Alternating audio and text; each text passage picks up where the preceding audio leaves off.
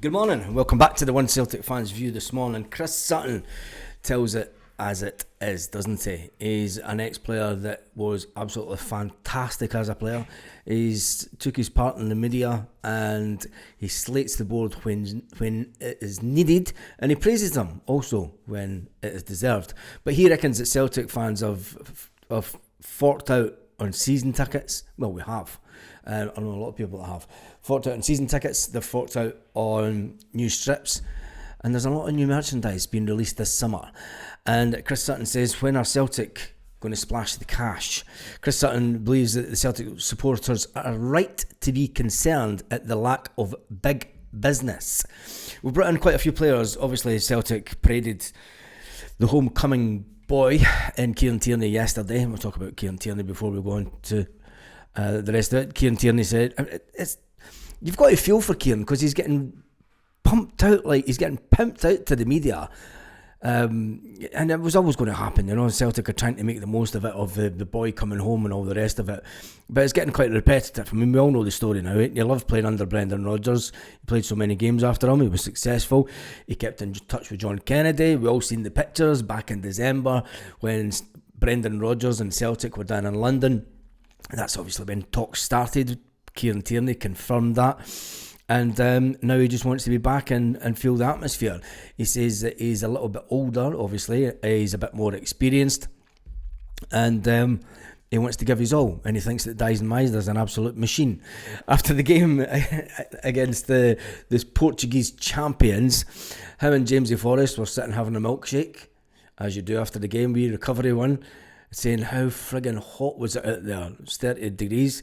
And Dyson Meisner's down on the pitch side doing press-ups, and the two of them are looking at him going, it's just a machine, isn't he? It's just a machine.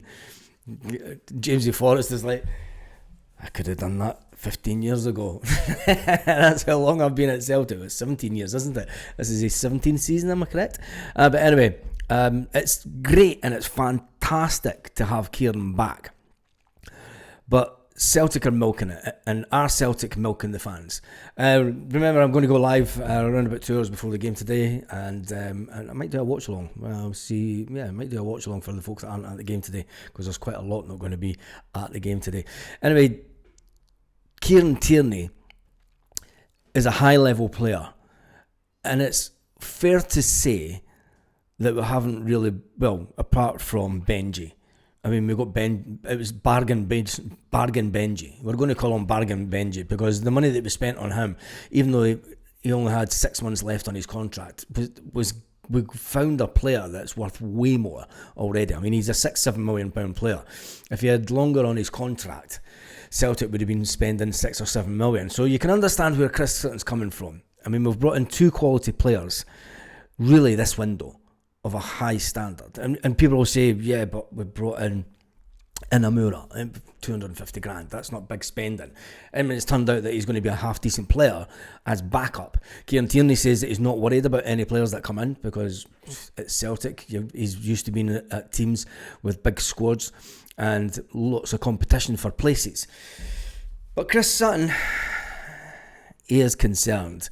It might look like a morale boosting victory the other night against the Portuguese giants. Chris Sutton said, but was it the worst result for Brendan Rodgers? Because it puts the board in a position where they go, well, we just beat the Portuguese champions. Your squad can't be that bad, Brendan. You know, do we really need to spend big and bring in lots of big money players? Benji played, Callum McGregor played, Dyson Meisner played, Adam Ida played, you know, and he sharpens up in front of goals. He's going to score 25 goals this season. But we can't see Brendan, fuck me, it's that time in the morning. It's too early to do recorded videos, but what are you thinking? Chris Sutton says, we can't say the same thing week in, week out. He said, the Champions League qualifier is coming. We need strength in depth, quality players. Rodgers needs reinforcements. His comments about Shin Yamada won't exactly put fans at ease. He says that it's a bit frustrating. The manager described the Japanese striker as a club signing, one he'll assess when he gets here and one he'll develop for the future. He said that quite a few times about this about players coming in. He said that about Yamada. Do you know, it's a bit bizarre, and Chris Sutton says that also. You don't get this kind of stuff elsewhere, where club signings opposed to manager signings. Now, are Celtic preparing for life after this season? Obviously. But there was an ex-Celtic manager an ex-Celtic manager that's now up in Dundee as director of football or something, that has suggested that this could be the last season. It's a strange scenario, but Chris Sutton said you can't be overcritical of the transfer policy that's made the club fortunes over the last decade and more. But it does seem to me like Celtic don't half make things hard for themselves when it comes to transfers. There's a good chance they will spend a decent amount of money this summer. It's a more of a question of when and how often are they in this position. The fans were climbing the wall last summer waiting on new arrivals. They landed late in the window, and I looked back, and as I said I would at the interviews at this time last year in America, and Brendan Rodgers was quite frustrated, and the look on his face said it all. He was quite frustrated that we hadn't got the players that he wanted in for that tour, knowing that we're only 3 weeks away from the start of the season, and we still don't have decent quality players in. When you look at the players that have left, when you look at the players that are leaving still, we haven't really replaced them. On Monday, Lewis Palmer will be leaving the club, and he'll bugger off for another season on loan. Chris Sutton says, you know, the more time that Celtic piss about, Celtic need players in the door and games under their belt before the European qualifier. Brendan Rodgers admitted it himself that he's still looking for new players in forward areas. Obviously, because Nico Kuhn has left the building, Jota's injured. We never really replaced Matt O'Reilly. That's a number of goals. That's a massive number of goals when you think about those 3 players alone over the last 2 seasons. And we haven't replaced them with people that know Celtic that can hit the ground running. And you've got to remember, Matt O'Reilly was here for a whole season before. He couldn't get in. He couldn't get into the team because Aaron Moy was in the team. And you forget about that sometimes. You know, Matt O'Reilly had to bide his time at Celtic. He had to bed in. We cannot afford to let... You know, have we fallen asleep at the wheel once again? Have the board fallen asleep at the wheel? And then, yes, there is speculation that we are in talks for players. But how long do these talks need to happen? If we've identified the player, when you look at it, there's only Maida, James Forrest and Yang in the wide areas going forward into this season. That's it. That is it.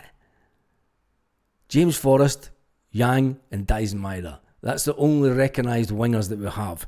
Some say that Benji was brought in as a winger, but Brendan seems to be playing him as the holding midfield role beside Callum McGregor. It is absolutely mind-blowing. 34-year-old James Forrest is a proven performer, and yes, if you play him for the last 15 minutes every game between now and the end of the season, he'll manage that. Can you play James Forrest a full 90 minutes? No, because you'll end up burning him out and giving him an injury, and he'll be out. Yang hasn't done enough for me to show that he's capable. You know, those other 3 are kind of, yeah, they can.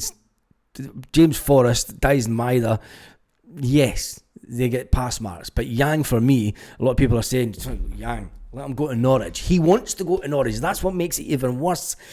God forbid there was an injury to Dyson Maida this season, because if there was, we'd be up one creek without a big paddle. Chris Sutton says that he speaks to fans consistently because he's always doing these wee tours with at the Celtic nights, and they all say the same thing. They all ask him, what's going on with the signings? Well, Chris Sutton's not going to know, but he says there are a fair few of them starting to get annoyed about the situation. If you're getting annoyed about the situation with the transfer policy at Celtic, or are you completely relaxed knowing that there's still the whole of August to go? And Celtic tend to do their business, let's face it, late on in August. But with such an important game, we're sleepwalking into the possibility of not qualifying for the Champions League. And if that does not happen, if we do not qualify for the Champions League, I will guarantee you that this will be the last season that we see Brendan Rodgers. Because the Celtic board will say that no, you have not got pass marks, and they will start looking elsewhere. Doesn't matter what Dermot Desmond thinks or wants, the board themselves will manufacture the move like they did the last time to make sure that Brendan Rodgers leaves this. And it looks like that they're trying to do the same again. The last time round, there was a player, McGinn, that we just didn't push the boat out for. It's like we're repeating the same thing. We're just not pushing the boat out to get enough to get the manager's players in. You only need to look at the ticket sales for the game today against Newcastle United. Newcastle United bringing 10,000 fans to Celtic Park. Well, Celtic even filled 25,000 seats at the game today. We'll just need to wait and see. There's not exactly a stampede. People have already stumped up season tickets, latest kits. They don't come cheap. Supporters are facing tough times with unemployment at a 4-year high in the United Kingdom. He's right. People are fucking hard up. Do you know, it's like people don't have the money to spend. There isn't hundreds of pounds lying about at the end of the month that, do you know what, I'm going to go to the football with the family. It's going to cost me 200 or 300 quid for the day out, but never mind. There might be a late rush to watch the team, you never know. But Celtic have spent absolutely nothing. The supporters have spent money. They have backed the club as they always do. Yes, it's a friendly game, but it's the only home friendly before the season starts. Should it have been on the season ticket? Yes. These games were always on the season ticket. This modern Celtic board doesn't give the fan base anything. They don't give them anything. You know, the pre-season game at Celtic Park was always a thank you to fans. Thank you for paying the season ticket. Thank you for backing us. You know, people that didn't have season tickets, yeah, you've got to pay the money to get in to see the game. The qualifier for the Champions League, the qualifier for Europe, was always on the season ticket. Thank you to fans. You don't get that anymore. There's an extra bit of incentive in today's game that it is Newcastle. It is a top team from England coming up, and we always like to spank them on our own doorstep. We've got a history of doing it, and I think that we'll do it again today, because I think Brendan Rodgers will want to go out and prove that he is the better manager. Chris Sutton said he always liked playing English teams when he was at Celtic because of the Scottish English thing, and he says there's nothing better than getting one over them. When it comes to transfers, we've sold Nico Kuhn. Nico Kuhn's admitted that he would love to play against Celtic and introduce himself to Como in style. You absolute... We all know that he spat at them. That's enough about it. Anyway, make sure you join me for the live this morning, this afternoon. This afternoon. God, don't know what time of day it is. Anyway, Celtic play Newcastle. Make sure you join me for the pre-match live, where we see what team Brendan Rodgers puts out. Ultimately, it'll be the strongest team we have, and it's the only players we have because there's no one new coming. And then on the bench, there'll be a load of the younger boys from the B team, because that's the way that we are right now. You know, there's no one really sitting on the bench that can come on and make a massive difference. When you look at the bench that we're going to have going into the first games of the season, there's not going to be many game changers. We've been quite lucky over the last 4 seasons. We've had a fantastically strong bench of players that can come on and teams go, really? Give us a break. We don't have that just now. That proved in the cup final, and we're still in the same position. Anyway, have a fantastic day, Celtic fans, wherever you are, all around the world.